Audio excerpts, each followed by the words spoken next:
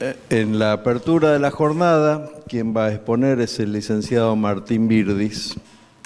Martín es licenciado en Economía de la UBA, experto universitario en innovación y digitalización del sector logístico portuario de la Politécnica de Valencia, coordinador de desarrollo e innovación del puerto de Bahía Blanca, líder de Smart Port Lab, que es un programa de innovación abierta para el sector logístico portuario e industrial. Trabaja en el desarrollo de la economía de hidrógeno de bajas emisiones en Bahía Blanca, es cofundador de Nubelar, que es una empresa de tecnología para Digital Signage, y docente de posgrado en la creación de empresas tecnológicas, que es un programa de posgrado de la Universidad del Sur. Ha sido profesor de la UBA y de la Universidad Provincial del Sudeste, ha trabajado en el Ministerio de Economía, en el Gobierno de la Ciudad de Buenos Aires, en la Agencia Nacional de Promoción Científica y Tecnológica, en el Consejo Profesional de Ciencias Económicas de Buenos Aires, en la Universidad Nacional del Sur, el Club de Emprendedores de Bahía Blanca, el Banco Centroamericano de Integración Económica y en Euromonitor International, entre otras empresas y organismos nacionales e internacionales. Martín va a exponer sobre el tema Bahía Blanca como hub de hidrógeno de bajas emisiones. Adelante, Martín, bienvenido y gracias.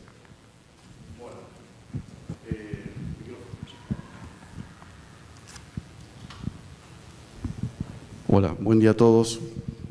Disculpen las demoras técnicas, me traje el pendrive y no se grabó la presentación, pero bueno, ya está solucionada. Bueno, antes que nada, muchas gracias por darnos el espacio para contar lo que venimos haciendo del puerto de Bahía Blanca relacionado con el desarrollo de la economía del hidrógeno, y también aprovecho a felicitarlos porque la verdad que el Congreso ya viene, digamos, último día y viene muy bien, mucha gente, quizás más gente que otros años, así que bueno, felicitaciones por eso. Bueno, vamos a hacer primero una breve presentación, características generales de lo que es el puerto. Hay mucha gente que no es de Bahía, entonces está bueno que sepa la característica de nuestro puerto, y después vamos a charlar un poquito sobre qué es un hub, qué tiene Bahía ya disponible para formar ese hub, qué estamos haciendo y qué es lo que faltaría, los pasos a seguir. Bueno, Bahía Blanca, el puerto de Bahía Blanca está más o menos a 10 kilómetros de donde estamos ahora.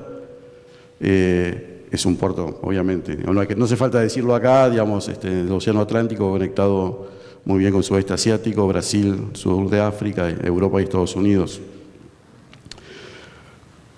El puerto como puerto comercial nace a fines del siglo XIX, con la llegada del ferrocarril, como un puerto de exportación de cereales principalmente, un puerto 100% privado que lo administraba la misma empresa de ferrocarril. Eso sigue así hasta el año 57, donde el Estado Nacional crea la Administración General de Puertos, y todos los puertos del país pasan a depender del Estado Nacional. Hasta que el presidente Menem, con su política de desregulación, ¿no?, y descentralización, una de las cosas que cede a las provincias justamente es los puertos. Y en la ley nacional que cedía los puertos a las provincias ya estipulaba que uno de los tres puertos que debía gestionarse en formato consorcial era el puerto de Bahía Blanca. Por eso luego, con una ley provincial, se ratifica esa ley nacional, y a partir de 1993 el puerto de Bahía Blanca comienza a administrarse en un formato de consorcio, que es un ente público no estatal, es medio complejo de entender. Es un ente que está creado por una ley provincial, por eso es un ente público, porque en realidad, digamos, los puertos, como decía, son de la provincia, pero está gestionado 100% en forma privada a través de un consorcio donde hay 9 representantes, ya sea del Estado provincial y local, como de todos los sectores privados que tienen una u otra relación con la actividad portuaria, y también de los sindicatos, por lo que es muy diversificada su representación, y lo interesante es que cuando el directorio aprueba algo, es muy difícil que no suceda, porque eso da a entender que ya todas las partes involucradas dieron el ok, por lo tanto no va a haber muchas trabas de ahí en adelante. Es el principal puerto marítimo del país, de aguas profundas. Una de sus características es que opera cargas diversificadas, quizás es el puerto más diversificado de Argentina, a través de 14 terminales de gestión, digamos, como decía, si bien el puerto está gestionado por el consorcio, muchas terminales están concesionadas a empresas privadas y otras las administra directamente el consorcio. En el puerto es sede del complejo petroquímico más importante del país y quinto de Sudamérica, es el séptimo puerto agroexportador a nivel mundial y, digamos, relacionado con lo que vamos a charlar, hoy por hoy es el máximo productor de hidrógeno gris del país. Obviamente no como consorcio producimos hidrógeno, sino las empresas que están radicadas en él, principalmente Proferti. En relación a la carga, esa carga diversificada, exportamos muchos granos, cereales, oleaginosas y sus subproductos, gases y líquidos, carga general, y lo que ha crecido mucho en los últimos años es el movimiento de petróleo, ¿no? Principalmente a través del puerto Rosales. Esto es importante destacar que este es el movimiento de mercadería del estuario de Bahía Blanca. El estuario de Bahía Blanca incluye el puerto de Bahía Blanca, que son el puerto de Ingeniero White y Puerto Galván, y el puerto de Coronel Rosales, que está gestionado por su propio consorcio, aunque el mantenimiento y gestión del canal de navegación de acceso está a cargo nuestro, por eso siempre contamos la mercadería como de todo el estuario. Otra principal característica de nuestro puerto, distintiva, es que tiene una subzona franca, ¿no? Esto es muy importante porque esta subzona franca permite, ¿no?, a muy bajo costo importar mercadería, almacenarla en ella y diferir la nacionalización de la misma, que es, digamos, financieramente es algo muy conveniente para las empresas. Otra característica importante que es a pesar de ser un puerto de muchos años, todavía tiene mucha zona de expansión disponible, un poco más de 2.000 hectáreas disponibles para la erradicación de nuevos proyectos. Las dos zonas principales son la zona de expansión este y oeste, y quizás en un futuro también se incorpore el sur, que todavía no está dentro, digamos, de este mapa, pero es una opción en caso de que las zonas este y oeste se completen. Y ahora rápidamente un par de conceptos como para hacer una puesta en común de lo que estamos hablando y por qué hablamos de un hub, ¿no? A veces se está escuchando y cada vez más de moda la palabra hub y muchas veces no tenemos bien claro de qué se trata, ¿no? Un hub, en este caso de hidrógeno, básicamente es un ecosistema, ¿no?, integrado por múltiples actores con una localización específica, con un perfil industrial portuario, en este caso de hidrógeno para exportación, no queda otra que esté cerca de un puerto, ¿no?, y que tenga la infraestructura necesaria como para la producción, almacenamiento, distribución y uso del hidrógeno de bajas emisiones y sus derivados, ¿no? Eso es lo que nosotros entendemos como un hub de hidrógeno. Y si analizamos un poco la cadena de valor del hidrógeno, vamos a repasar ahora y vemos que en Bahía Blanca y la región tenemos gran parte de los eslabones de esa cadena, ¿no? Desde la generación de energía eólica, gasoductos, si pensamos en el hidrógeno azul, tenemos producción de hidrógeno, producción de amoníaco, almacenamiento de amoníaco, ya exportamos amoníaco, ahora vamos a repasar todo eso. Por eso vemos, y ya adelantamos un poco las conclusiones, que Bahía Blanca es un excelente lugar como para rápidamente salir al mercado si estoy pensando en producir hidrógeno de bajas emisiones para la exportación de amoníaco de combustibles sintéticos. Entonces, como les decía, vamos a repasar algunos de los puntos de por qué pensamos, ¿no?, reforzar esto que le acabo de decir, de que Bahía tiene mucha ventaja como para rápidamente insertarse en el mercado. A nivel portuario, este año salió un informe de infraestructura portuaria desde Bahía hasta Tierra del Fuego, analizó todos los puertos, este informe lo hizo la GIZ, la Cámara de Cooperación Internacional Alemana, junto con el CEAR, el Centro de Estudios de Energía de la UBA, y este estudio determinó que el único puerto del país que hoy está en condiciones para recibir proyectos eólicos de magnitud y exportar derivados del hidrógeno es Bahía Blanca. Todo el resto necesita obras importantes e infraestructura adicional. Nosotros en el puerto lo que tenemos son las postas de inflamables, no sé si todos la conocen. En este caso son 3 muelles que operan combustibles líquidos, gaseosos y productos petroquímicos, ¿no? Esta infraestructura está apta, ¿no?, para la exportación tanto de amoníaco como de combustibles sintéticos. Normalmente, ¿cómo trabajan las empresas? El puerto aporta la infraestructura y se tiene que generar el ducto para llevar el producto hasta el muelle y los brazos de carga como para cargarlo en los buques.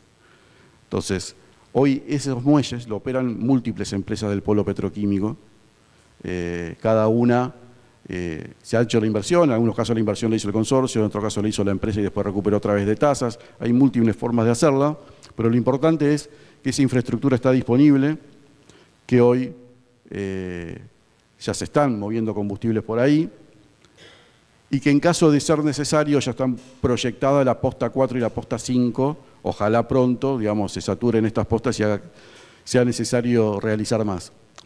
El punto importante de esto es que es una infraestructura compartida. Como verán, más allá de que la administración o la gestión de la terminal sea pública o privada, el punto a destacar es que lo puede usar cualquier empresa, ¿no?, haciendo la obra de infraestructura que sea necesaria. Esto, por supuesto, para cualquier proyecto abarata mucho los costos, porque si el proyecto además tiene que generar, administrar y mantener la infraestructura portuaria, no solo que tarda más en implementarse, sino que después es más costoso su operación. Y además de las postas de inflamable, que como les decía son de uso público, están las terminales de Mega y de Profértil, que también trabajan combustibles líquidos. De hecho, la terminal de Profértil es la única en el país que hoy está exportando amoníaco. Y por lo que, digamos, esa no la administramos nosotros, pero tranquilamente, digamos, está disponible en caso de que sea necesaria, haciendo los acuerdos que correspondan. Esto es importante, como decía, somos el único puerto y uno de los 38 de Argentina y uno de los 38 de todo el mundo que exporta amoníaco. O sea que esto no es algo masivo. Y más allá de tener la infraestructura lista, ya está el know-how y está la experiencia de hacerlo hace muchos años, que también son como valores intangibles que uno por ahí no ve directamente cuando es el flujo de fondo de los proyectos, pero que suman al momento de tomar decisiones. Como les decía, otro de los puntos importantes que tienen en cuenta los proyectos al momento de radicarse es también tener un puerto de cercanía para importar los equipos de los parques eólicos, en el caso nuestro, que es la energía renovable que se utiliza para la electrólisis. Gran parte de los parques eólicos que hoy están instalados en el país entraron por el puerto de Bahía Blanca. Nosotros tenemos 2 terminales de carga generales, una en Puerto Galván y una en el puerto de Ingeniero White, una terminal pública que administramos nosotros y una privada que administra Patagonia Norte, pero que muchas empresas la han utilizado. Hemos recibido aproximadamente 40 buques con equipamiento para parques eólicos y también equipamiento de repuesto y de reposición. Y un punto importante es que entre 4 y 5 días se descarga un buque completo, ¿no? Esto también, digamos, baja mucho los costos. Y sumado a lo que decíamos de tener la zona franca al lado, muchos parques eólicos, más allá de nuestra infraestructura portuaria, eligen en puerto porque importan el equipamiento, lo almacenan en zona franca y van sacando de a uno a medida que los van instalando en el parque. Y eso justamente a nivel financiero es algo muy conveniente. Esto no tiene que ver con el puerto, pero tiene que ver con lo que decíamos y tiene que ver con la región. Es una región apta para la generación de energía eólica. No tenemos los rendimientos de la Patagonia, pero tenemos unos rendimientos muy aceptables. La prueba está en la cantidad de parques eólicos que tenemos y que están proyectados en la región.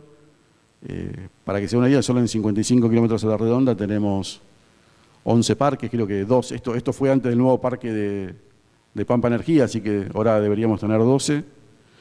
Y también no es menor que el warehouse y el centro de entrenamiento de Vestas, que es el principal proveedor de equipamiento de parques eólicos, está en el Parque Industrial de Bahía Blanca.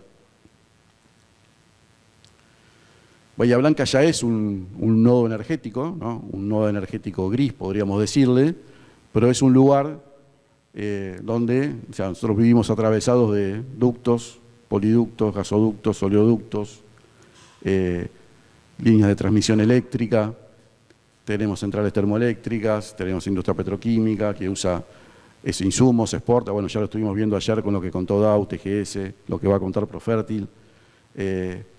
Hoy Bahía es un nodo logístico y un nodo energético, y eso también es un plus al momento de pensar en la erradicación de un proyecto, en este caso proyecto de producción de hidrógeno de bajas emisiones. Esto es algo que siempre destacamos y que también, ¿viste? Cuando uno, digamos, hace el análisis económico financiero de los proyectos, muchas veces no lo incorpora, es la capacidad, la cantidad y la calidad de los profesionales que puede conseguir para su proyecto. No tengo el número exacto, pero la mayoría de los ingenieros que trabajan hoy en nuestra industria petroquímica y energética de la ciudad son egresados de nuestras universidades. Y eso es un plus importantísimo, porque no es lo mismo trabajar en la ciudad de donde vos te criaste o te formaste, que tener que ir a un lugar alejado, en ciudades más difíciles para vivir, en lugares inhóspitos. Obviamente uno va a requerir mayor salario, mejores condiciones, y eso encarece también los proyectos. Y además es importante porque hay más chances de mantener al profesional a lo largo del tiempo en la empresa, y eso a nivel operativo es muy importante. Entonces, como decía, son temas muy que no entran en el flujo de fondos, pero que son importantes al momento de pensar en erradicar un proyecto. Y sumado todo el conocimiento científico, ¿no? Nosotros desde el puerto trabajamos mucho con el CONICET y con las universidades, y eso también cuenta al momento de tomar una decisión, ¿no? Ir a un lugar donde hay un ecosistema de innovación desarrollado, que ir a un lugar donde todo lo tengo que llevar yo. Bueno, ¿qué pasos estuvimos dando desde el puerto en relación a esto de pensar un hub de hidrógeno de bajas emisiones? En el 2021 nos sumamos a 2 consorcios, un consorcio internacional portuario con puertos con perfiles similares a los nuestros, como para entender en qué estaban los otros puertos. Nos sumamos al consorcio H2AR, liderado por ITEC y con más de 50 empresas de todo el país que participan o quieren participar de la cadena de valor del hidrógeno. La verdad que participar del consorcio H2AR nos sirvió muchísimo para entender, para vincularnos. Fue un paso adelante importante. Digamos, dentro del consorcio tenemos mucha presencia y trabajamos mucho. En el 2022, una vez que entendimos más o menos dónde estábamos, dijimos, bueno, vamos a ver cómo estamos en Bahía Blanca, ¿no? En general, no solamente nosotros, muchos apuntaban a Bahía Blanca como un muy buen lugar para la erradicación de proyectos de hidrógeno de bajas emisiones. Nosotros no teníamos claro los números de por qué y cómo y dónde estábamos en cuanto a producción, etcétera. Tanto de hidrógeno verde como de hidrógeno azul, que el hidrógeno azul es el que produce con el transformado de gas metano, que hoy es la producción masiva y más habitual de hidrógeno gris, pero capturando el dióxido de carbono y almacenándolo geológicamente, uno lo transforma en un hidrógeno de bajas emisiones. Y dado la abundancia de gas que tenemos en la ciudad y que vamos a tener durante muchos años, pasa a ser un punto muy importante para nosotros. Entonces trabajamos con el Departamento de Geología de la Universidad del Sur, le pedimos un informe a ver si en las napas salinas de Bahía Blanca había alguna posibilidad de almacenar dióxido de carbono.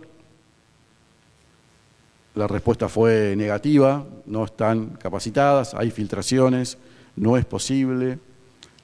Lo que surgió es, o hacen un dióxido de carbono ducto que vaya para Neuquén y se almacenan en un pozo depletado de la cuenca neuquina, o se buscan alternativas. Una alternativa que nos sugirieron puede ser la cuenca de Claromecó, que todavía falta hacer exploración. Y ahora la otra cuenca que se está pensando como factible para el almacenamiento geológico de dióxido de carbono es la cuenca del Colorado, que es más cercana a Bahía Blanca, y eso, en caso de concretarse la posibilidad de almacenar dióxido de carbono ahí, realmente habilitaría la generación de un montón de proyectos. Otro de los proyectos que implementamos, junto con el Plapiqui, fue hacer como un mapeo y un inventario de todo lo que estamos produciendo de hidrógeno en Bahía Blanca, ¿no? Empezamos a hablar de hidrógeno, ahora no sabíamos dónde estábamos parados, cuánto se producía, quién lo producía, con qué tipo de proceso productivo.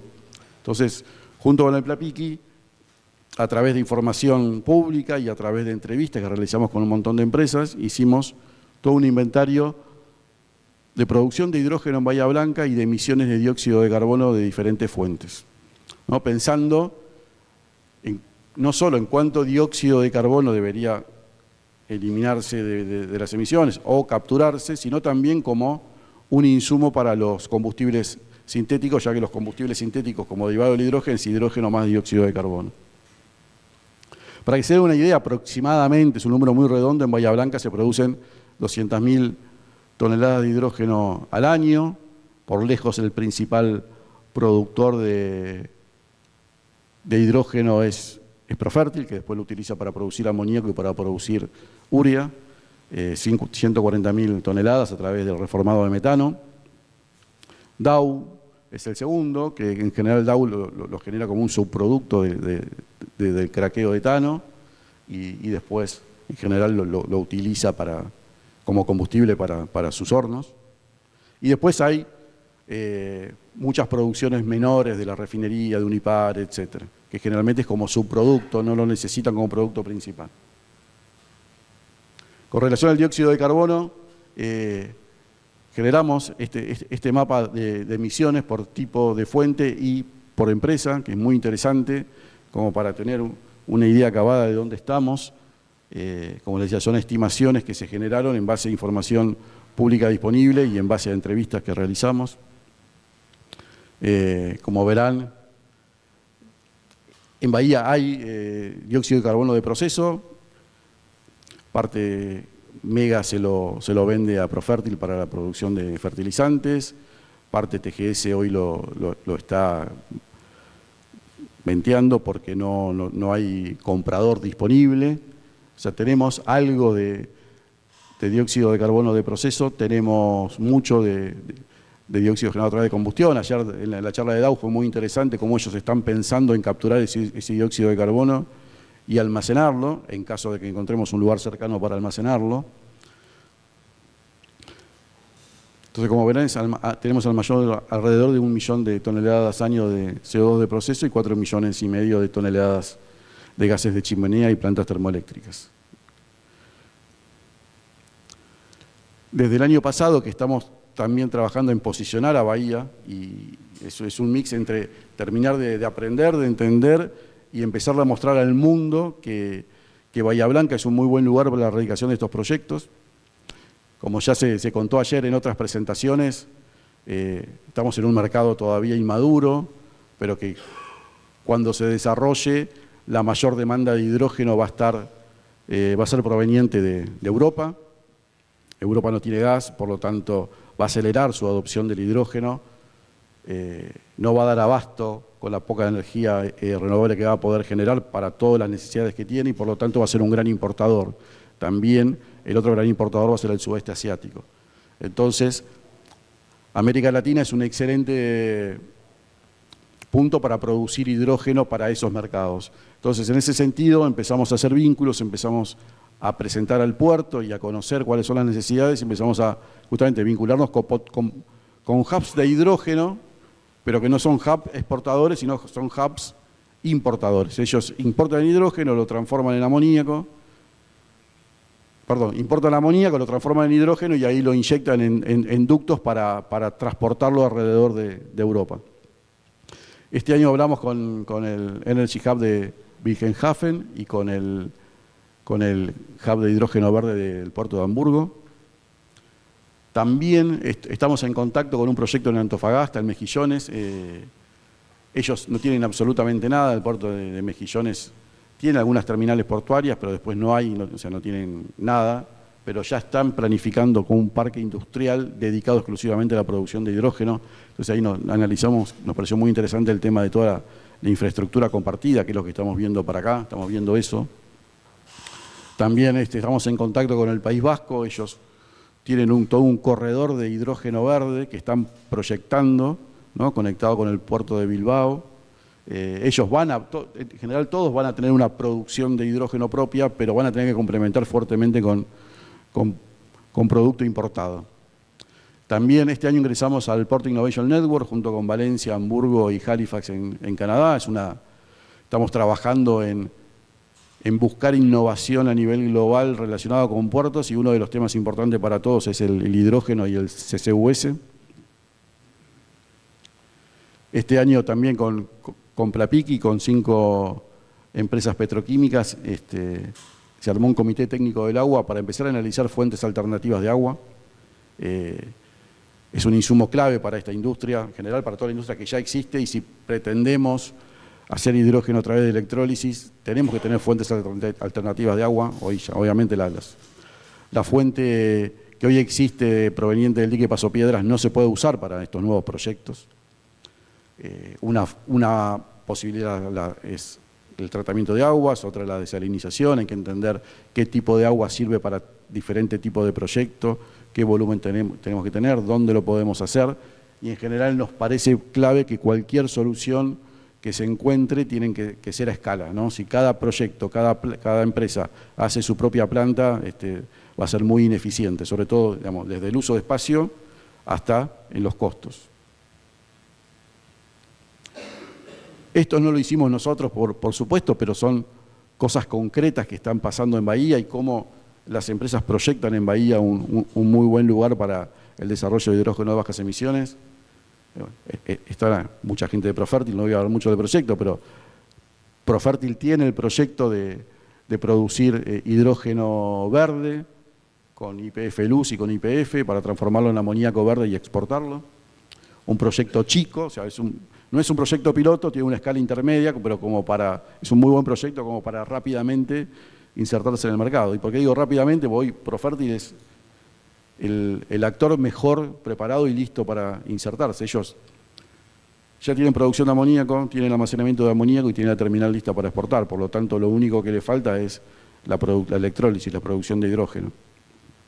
Por lo tanto, eso va a acelerar cualquier salida al mercado. Y YPF también anunció que en caso de que finalmente se confirme que el almacenamiento geológico de dióxido de carbono es posible, ellos tienen pensado a nivel en su estrategia de largo plazo apoyar a Profértil en esta planta chica, tener 2 grandes plantas de hidrógeno a bajas emisiones, una de hidrógeno verde y una de hidrógeno azul. Y la de hidrógeno azul la tienen pensada en Bahía Blanca. Fíjense, es una planta de 1.200.000 toneladas de amoníaco verde al año. Es una planta gigante pensada 100% para exportar. Pero bueno, es clave encontrar este almacenamiento, si no el proyecto no va a ser viable. Bien. Habiendo repasado todas las características por lo que entendemos que Bahía es un muy buen lugar para rápidamente insertarse en el mercado internacional a través del hidrógeno de bajas emisiones y sus derivados, nos parece muy importante justamente empezar a trabajar en un plan maestro, no solamente nosotros, sino en general con toda la comunidad industrial de la ciudad y las universidades, el municipio, viendo proyectos en todo el mundo. En general, el uso de la infraestructura compartida pasa a ser clave, ¿no?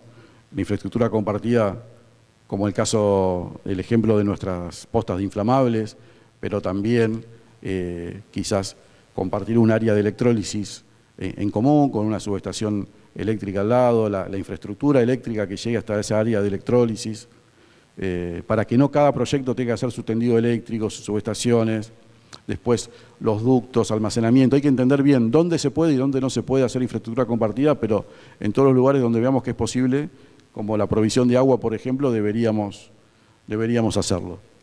Así que Así que bueno,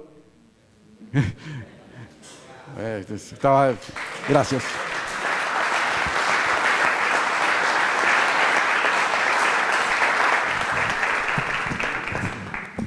Bueno, me ganó de mano. Lo veía con el cartelito ahí, entonces... Bueno, genial. Muchísimas gracias. Wow, súper interesante. Súper promisorio. Bien, el auditorio, las preguntas, comentarios.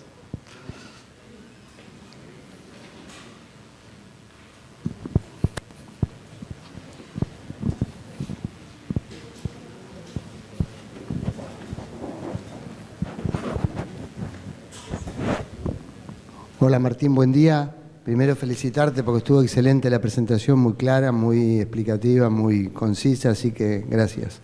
La pregunta va apuntada al tema de los reservorios. ¿Qué tiene que ser? ¿Un reservorio de tipo geológico? ¿Tiene que estar en el subsuelo? ¿Tiene que tener características particulares en cuanto a que, por ejemplo, no esté cerca de alguna napa freática que se pueda llegar a contaminar? Y después eso hay que hacerle algún proceso de adaptación para realmente poder almacenar ahí el dióxido de carbono. Bueno, aclaro que como me dijeron al principio soy economista, así que puedo hacer agua en muchas de las cosas que me estás preguntando, pero sí, a ver, lo que yo entiendo, lo que estuve viendo muy de afuera es, primero tiene que poder sellarse, que no se puede filtrar el dióxido de carbono al menos por 1000 años, digamos, hay como unas pautas de qué debería ser, puede ser en napas, puede ser como cavernas de carbono, pueden ser los pozos depletados de petróleo y gas. Lo que es clave es esto, es el que haga el pozo, primero hay que hacer todos los estudios para garantizar que ese pozo puede sellarse y después hay que mantenerlo sellado durante un montón de años. Entonces, todavía en Argentina no tenemos una ley, no tenemos regulaciones que permitan hacer esto, ¿no? Tampoco tenemos ley de hidrógeno, ni tenemos regulaciones sobre hidrógeno a bajas emisiones. O sea, a nivel regulatorio nos falta mucho todavía. Y esas cosas son claves. Hoy no hay una regulación, por ejemplo, del transporte de dióxido de carbono, en general se trata como un combustible y no es un combustible, entonces hay muchas cosas a definir todavía. Lo que sí, ese pozo tiene que poder sellarse. Si no se puede sellar o no garantiza que se pueda sellar, obviamente que no se va a poder hacer. Por una determinada cantidad de años, no es para toda la vida. Después hay que determinar quién es el responsable de eso, si es el Estado, si es la empresa, si quizás sea un pozo que van a usar muchas empresas. Bueno, si hay una empresa que lo gestiona, esa es la empresa responsable, los responsables son los que enviaron el dióxido de carbono. Esos que enviaron el dióxido de carbono van a tener que trabajar en encontrar fuentes alternativas en el futuro para poder utilizarlo. Sabemos que no va a ser ni en 100 ni en 200 años, pero en algún momento va a empezar a filtrar y bueno, ¿qué vamos a hacer con eso? Entonces, se hace pensando que en un futuro muy futuro encontraremos algún uso para el dióxido de carbono, ¿no? Lo estamos dejando en manos de nuestros tataranietos, pero nada, es como la idea de decir, mira, suponemos que acá en 1000 años algún uso lo vamos a encontrar, pongámoslo ahí, consideremos. Después también hay que ver a nivel global qué se considera de bajas emisiones, que es algo muy dinámico. O sea, se empezó con una clasificación de hidrógenos de bajas emisiones por colores, ahora por graduación de emisiones. Entonces, hay que ver cómo se cataloga el hidrógeno azul, qué países están dispuestos a comprar ese hidrógeno azul y qué no. Digamos, todavía es una industria que le falta mucho en cuanto a desarrollo y en cuanto a regulaciones.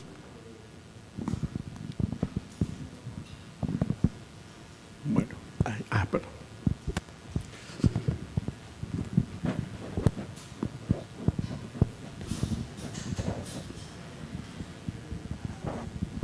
Hola Martín, bueno, gracias por toda la exposición. Mi consulta es con respecto, ¿hay normativas internacionales de las cuales se pueda estar uno, digamos, asesorando o teniendo como punto de partida?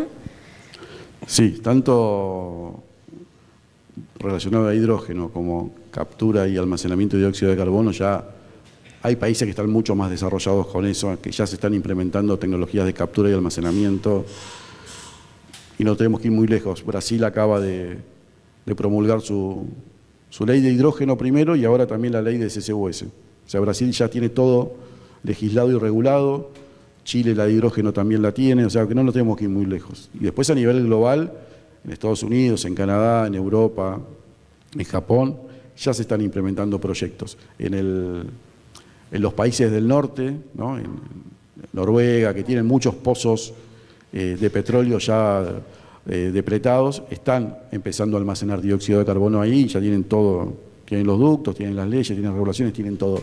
Por eso, digamos, no va a ser muy complicado, el tema es que hay que avanzar y hay que hacerlo, porque sin eso no es posible legalmente poder implementarlo. Yo te iba a preguntar, Martín, decías que regulatoriamente estamos un poco atrasados, ¿pero estamos con la hoja en blanco o hay proyectos legislativos presentados para regular lo necesario, bueno, para que esto fluya? Y mirá, el año pasado se había presentado el Plan Nacional de Hidrógeno, había un proyecto de ley de hidrógeno que quedó en la nada, el plan existe, habría que trabajar y actualizarlo como todos los planes. Ayer hablábamos de toda nuestra planificación, suponiendo que Petronas iba a ser el proyecto de GNL, bueno, ahora tenemos que cambiar toda nuestra planificación, cosas que pasan, pero bueno, ahora se está trabajando en un nuevo proyecto de ley. Pero bueno, a ver, me enteré que renunció el secretario de Energía, así que bueno, vamos a tener que ver si hay continuidad o hay que empezar de nuevo. Nosotros participamos en un par de reuniones con la Secretaría de Energía, donde se estaba trabajando hacia una nueva ley de hidrógeno, que era bastante distinta a la anterior. Y con respecto a CCUS, todavía no hay nada. Muchísimas gracias. Sí.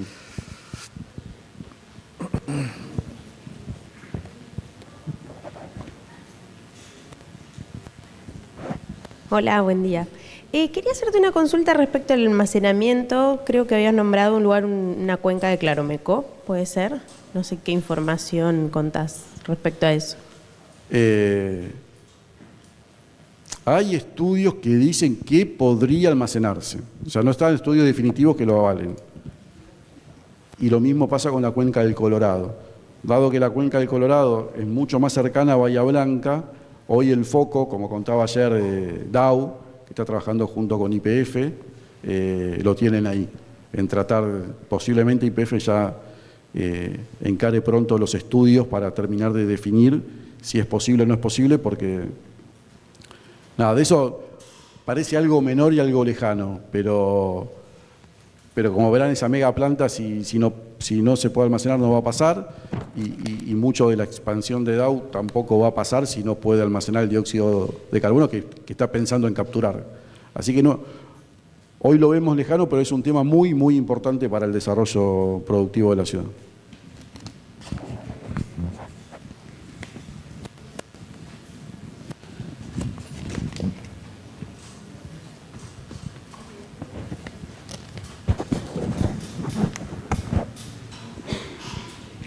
Hola, antes mencionaste que el puerto tenía capacidad terrestre.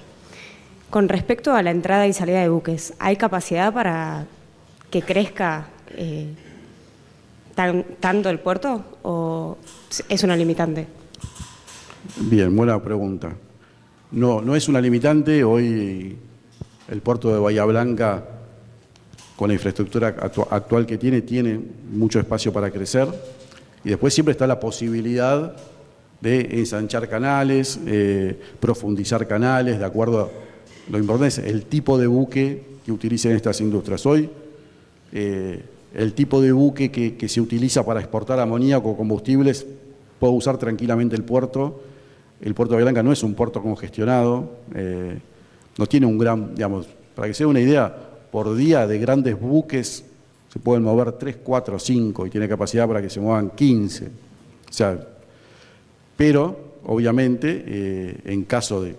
Nosotros como trabajamos mucho proyectando el puerto con la planta de GNL, que va a ser un puerto que se iba a duplicar en 5 años, y entonces uno tiene que, digamos, si van a ser terminales donde van a venir buques mucho más grandes, tiene que ensanchar canales para permitir que amarre el buque y los otros puedan seguir navegando, y a su vez tiene que profundizar para que esos buques puedan entrar y salir. Pero para que te des una idea, hoy en la posta 3, que es la última terminal operativa del puerto, ¿no?, la que más cercano a la tierra está, entran buques Aframax, que son buques de 250 metros de largo, y pueden cargar hasta 60.000-70.000 toneladas de petróleo. O sea que esa capacidad hoy la tenemos lista. Después puede pasar, como sea, si viene un proyecto y viene otro proyecto, que las postas se saturen. Estamos pensando en hacer otra posta para evitar esa saturación. Y después va a depender mucho también, como decía, no solamente de la cantidad de buques, sino del tipo de buque que venga, si hace falta infraestructura o mantenimiento adicional, pero lo importante es esto, que saber que hay un puerto que está atento y que si es necesario tiene la capacidad para hacer las obras que hagan falta.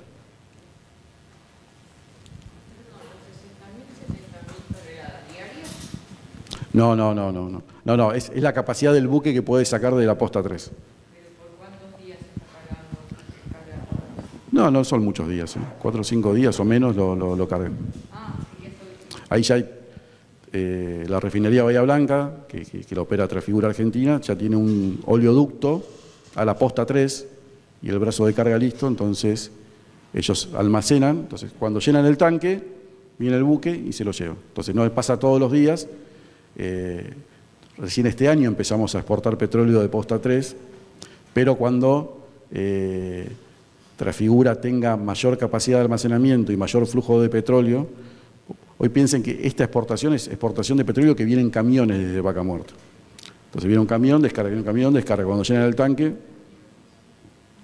está proyectado, digamos, hacer una extensión del oleoducto de Oldeval para que directamente vengan menos camiones y pueda venir productos. Pero bueno, hasta ahora está todo tan saturado el volumen, la oferta de petróleo que hay de Vaca Muerta, que no alcanzan los oleoductos y está saliendo por camiones. Entonces, si ustedes van por la ruta 22, es uno atrás del otro.